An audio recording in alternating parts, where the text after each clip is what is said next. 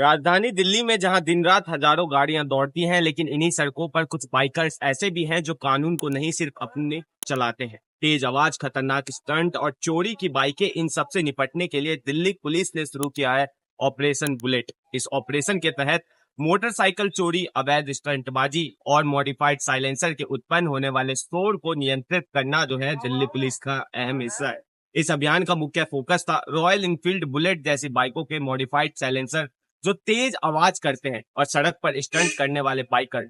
Bullet modify जो होती हैं उनमें अक्सर साइलेंसर्स के कारण शोर, प्रदूषण और नागरिकों को परेशानी का कारण बनते हैं, जिसमें 673 व्यक्तियों को अभी तक में हिरासत में लिया गया है। 131 वाहन जब्त किए गए हैं। साथ ही 93 लोगों पर आबकारी अधिनियम के तहत केस दर्ज किया गया है।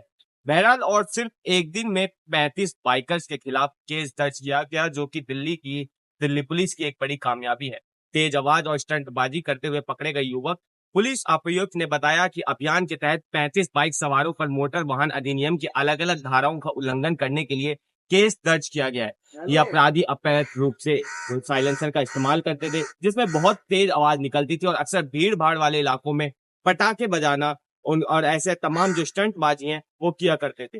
इस दिल्ली पुलिस ने तमाम बाइकर्स की काउंसलिंग भी कराई, जिसमें अवैध गतिविधियों के लिए 673 व्यक्तियों को हिरासत में लिया, 131 वाहन जो है वो जब्त किए और 93 लोगों को पर आबकारी एक्ट लागू किया।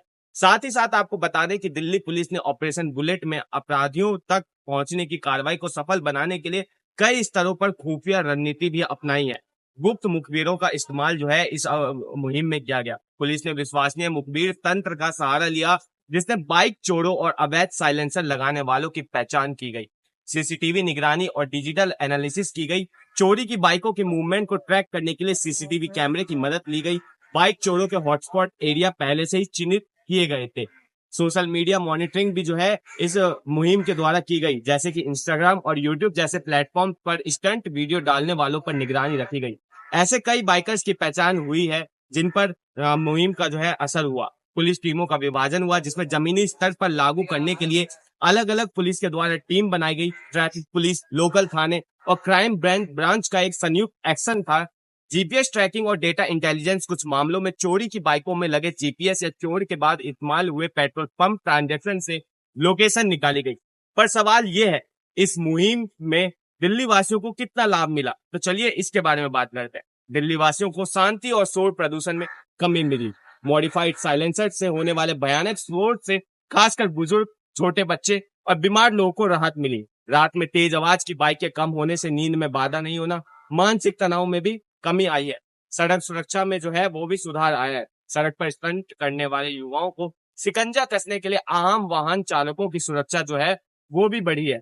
एक्सीडेंट के मामले कम हुए क्योंकि स्टंटबाजी पर नियंत्रण लगातार हुआ है। चोरी की बाइकों पर बरामदगी की गई। जिन लोगों की बाइक चोरी हुई थी उन्हें अपने वाहन जो है वापस भी मिले हैं।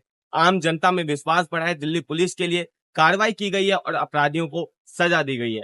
साथ ही साथ इस मुहिम से युवाओं को एक संदेश भी मिला है कि सड़कें शो ऑफ करने की जगह नहीं है, वो सिर्फ चलने के लिए बनाई गई है। इस अभियान ने डर का एक सकारात्मक माहौल तैयार किया, जिसमें भविष्य ऐसे अपराधों पर रोक लगेगी। बहरहाल, इस पर आप क्या सोचते हैं हमें कमेंट में बताएं और ऐसी तमाम अपडेट्स के लिए देखते रहिए punjabkesari.com दिल्ली। अगर आप ताज़ा खबरों के साथ हमेशा जुड़े रहना चाहते हैं तो अभी हमारे YouTube चैनल पंजाब केसरी दिल्ली को सब्सक्राइब करें। साथ ही Facebook और Instagram पर भी हमें फॉलो करना ना भूलें। आपका समर्थन ही हमारी ताकत है। धन्यवाद।